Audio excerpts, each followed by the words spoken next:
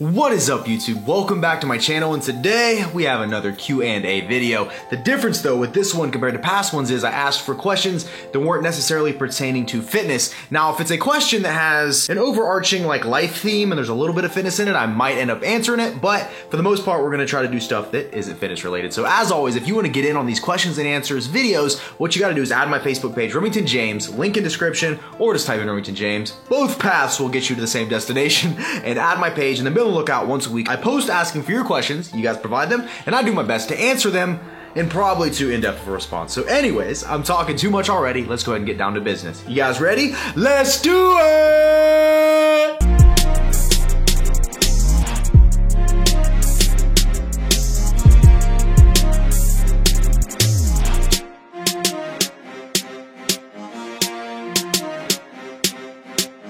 Okay guys, first question is from Megan Sterenchuk.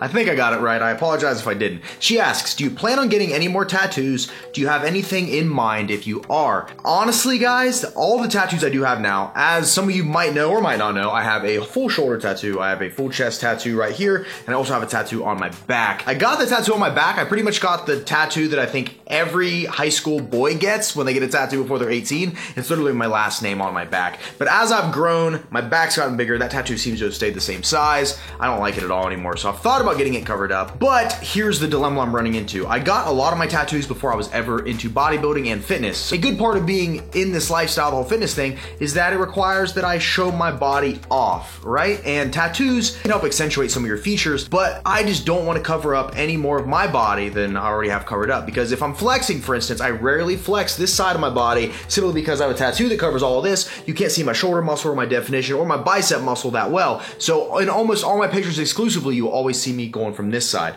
So if I could go back and get rid of my tattoos, I would, minus my chest tattoo, because that one has the most significance to me, but no future plans. I've messed around with the idea of maybe getting a sleeve or something, but I don't feel like that really fits who I am anymore. I think I'd be doing it more so to try to be cool instead of doing it for me. So yeah, no more tattoos. Thank you, Megan, for your question. Next question comes from Alan Gillespie. He asks, if you're selling your Honda, what type of car do you think you're buying next? Now that is a good question. I've been looking at a few different styles of cars. I am in a position now where I could actually buy something nicer for a change, right? Not that I don't think my Honda's nice, but I could buy something that's pretty nice. And you know, I've always had a dream, even when I'm a young kid, you know, I think it's probably a dream that a lot of people share. But you see these movies like Fast and the Furious and stuff like that, especially as a kid, you see all these really nice cars and it makes you want one really bad. And it's not like I want one as some type of status symbol or anything. I just really admire a beautiful piece of machinery. With that being said, I don't think I'm gonna go too crazy. I've looked at some Lexus RC 500s or 300s, something like that, but it's a two-door Lexus coupe and it's a really beautiful car. And I'm still kind of up in the air on it. I have a bunch of business things going on right now that it might require me to invest decent chunks of money into them. So I don't know if making a high profile car purchase is in my best interest right now. It seemed like it was in the cards for a while. Might be looking a little more iffy based on some of the stuff going on right now and some investments I make. I think that some people fall victim to when they start a business, they get a new job, they start making more money and they have more money than they've ever had before. It's easy to see all these dollar signs and everything. Everything looks flashy. You want to buy. But I have been very good with the money I've earned doing this. And honestly, I don't really buy new stuff that often. I buy supplements, food. I don't really spare any expense when it comes to experiences like dinners, you know, vacations. But when it comes to material items, like I have the same shoes I've had now for like 2 years. I rarely ever buy new clothes. Like I just bought this new Subzilla shirt off Ankrum today, which I really love, by the way. But like that's just showing support for my dude, and I love the shirt. But I've been really good with my money, and I think that the best way to be, instead of going out and spending all your money on all this stuff right away, is to use that money to reinvest. And you know, if I make a little extra money, I might put out a new shirt design, or if I have a little extra money, I might throw it into making a video for my YouTube, right? Growing my channel, growing my brand. That's really kind of where my mindset's at. So as much as I want a really nice car, I don't know if that's going to be something that's in the cards right away, considering I have a move coming up and I'll be selling my house and a bunch of stuff. So anyways, too in-depth of a response, but thank you, Alan, for your question. From James Mulholland, he asks, as your channel keeps growing bigger and bigger, younger, do you think in the future you would hire an editor to take some of the pressure off? I totally think that that is a possibility, guys. I know I talk about it a lot. I'm not sitting here trying to make it seem like I work harder than anybody or I work myself to death or I'm complaining at all, because I'm not complaining. I never complain. I asked for all of this and I got all of it. But I spend every single day editing, shooting videos, and putting together content, and it would be really nice to just focus on the filming aspect and take some of the editing off of me. My only concern with that is you know, it's one of those things like when it's your baby and it's your passion project, you know, I leave goofy chunks of me in videos because I feel like people are gonna like that. And I don't know if someone else would be able to see my same sense of humor and leave in the parts I find funny and maybe take out the ones where I'm being too obnoxious. It's, you know, when you give someone control of your editing, it's a very tricky process because, like, you know, I want my brand to be portrayed a certain way. I don't want anybody to take anything I say out of context. And sometimes I might say something goofy while I'm filming, but then I go back and I'm editing it and I'm like, okay, I thought that was funny, but that might be taken a little inappropriate by the younger audience or something, so I gotta remove it. So as much as I think that is an inevitability in the future, simply because I am literally slammed from the moment I wake up to the moment I pass out at night, it is something that in the short term I don't really see happening. Plus, you know, I put a lot of time into my edits and I really like the way I shoot, and like my system right now is working for me. I'm growing really fast. So I think keeping everything how it is for right now is the best bet. Thank you for your question. Matt Coberly asks, as a kid, we all think about what we want to be when we grow up. What did you want to be when you grew up? My dream for the longest time for when I grew up, what I wanted to be was a video game developer. I remember being a kid, getting Nintendo Power Magazine, Electronic Gaming Monthly, Official Xbox Magazine. I had all these video game magazine subscriptions. There would always be ads in them for video game design school. I remember Full Sail Design being one of them, and there were some others in there. But that was my dream forever, was to make video games, because I was in love with video games as a kid, and that's something that I still have a lot of passion for, but I just simply don't have the time to really put into it like I would like. Yeah, I mean, I don't know if that's the answer you were looking for, but that's totally what I wanted to be. I wanted to take my ideas and this brain and put it towards creating a virtual world that someone could experience and live through. And, you know, video games get a bad rap by a lot of people, and I find that especially the older generations tend to look down on video games as a big waste of time. But in my opinion, a video game is some of the most immersive storytelling you can engross yourself in. I mean, a movie you can watch, yeah, and it's awesome. You can get really lost in it. You can really just lose yourself and have a lot of stress relief and stuff by plugging in and just watching a movie. But a video game, you are literally in control of that character, especially a good narrative-driven video game. It's hard to explain to someone that's never played before, but I think video games, as much as I love that name, I think a more accurate representation of video games as a whole would be to call them interactive entertainment. So the future of gaming now is in the best spot it's ever been in. There's so many good games, too many good games out there to keep track of. I simply do not have time to play them all. Rambling again. Okay, next question, guys. Next question. Thank you, man. Tristan Lash, what are your tips on growing a YouTube channel? I get questions like this every so often, and as far as growing a YouTube channel, so anybody can make a YouTube channel. You just grab a camera, start making videos and putting them out there. What is going to separate you from everybody else is being unique. Now, what I mean by that is it's so easy to get in front of a camera and put on this fake persona. You're scared to be yourself. You're scared to joke. You're scared to laugh. You're all serious. And I see it all the time. I get a lot of emails from people saying, hey, check out my first video. I'd love your support. And I watch them and I see that the passion's there, but it's just a very dry, hard to watch experience. And I mean, it's no fault of the creator. One of my first videos weren't very good either, but it's one of those things, persistence, grinding, and understanding that first 1,000 subscribers is going to be extremely hard. That first 10,000 is extremely hard. But once you hit that point, you start growing at a steadier rate. And it's all about consistency first and foremost. You need to be consistent. At least 3 videos a week, I recommend. If you can do more, awesome.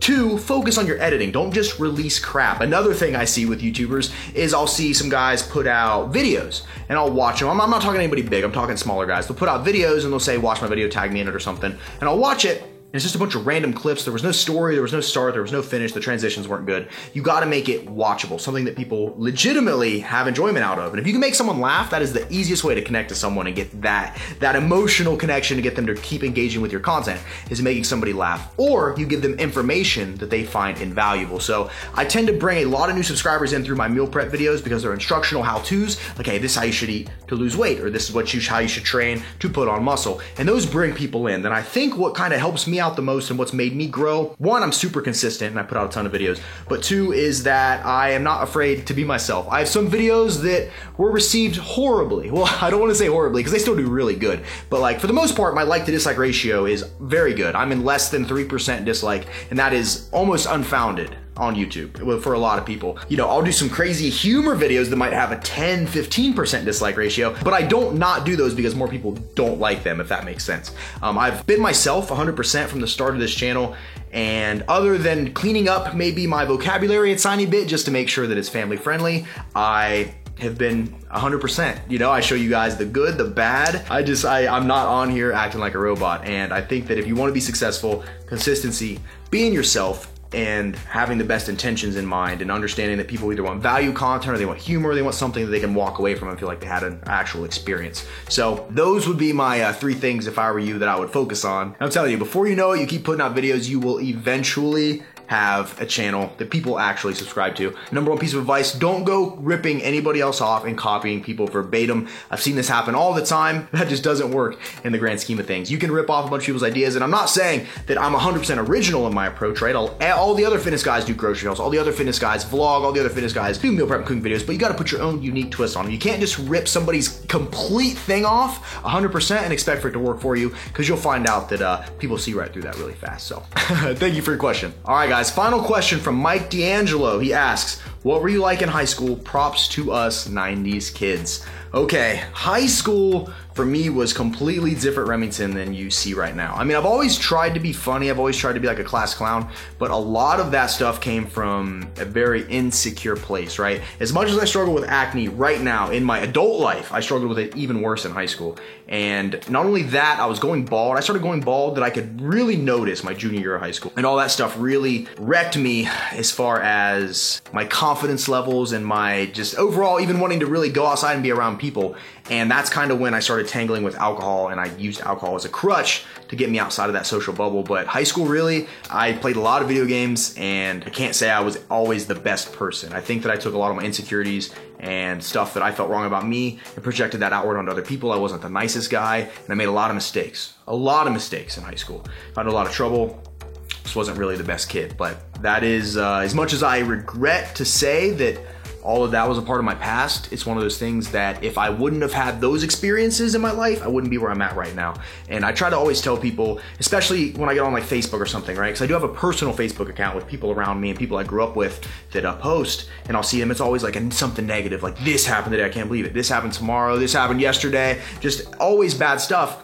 And I'm like, you know what? Instead of taking all these bad things and just throwing that negative energy out there into the world and just like feeding on it, and wanting that sympathy and wanting people to tell you they're sorry for you and they hope it all gets better, like, man up, accept it for what it is, take it as a learning experience, and move on. If you dwell on the past for too long, that's where you're gonna be stuck forever. You should always be looking forward. And I see way too many people that are just fine spinning their wheels in the mud, and they aren't worried about that further progression. If you aren't always, every single day, trying to reach out and grab something new for yourself, then I don't know how you do it, because I simply can't just sit around and let everybody else take and just sit back and watch. I want a piece of that pie for myself, and I want to leave my mark on this world. As much as I love doing business and I love the entrepreneurship and I love being my own boss and I love each and every one of you guys to support me, I love making these videos, my ultimate goal is to leave a legacy, right? I want my kids' kids to understand who I was. I want there to be video record of what I did, how I changed the world, how I impacted everyone around me. And that's, I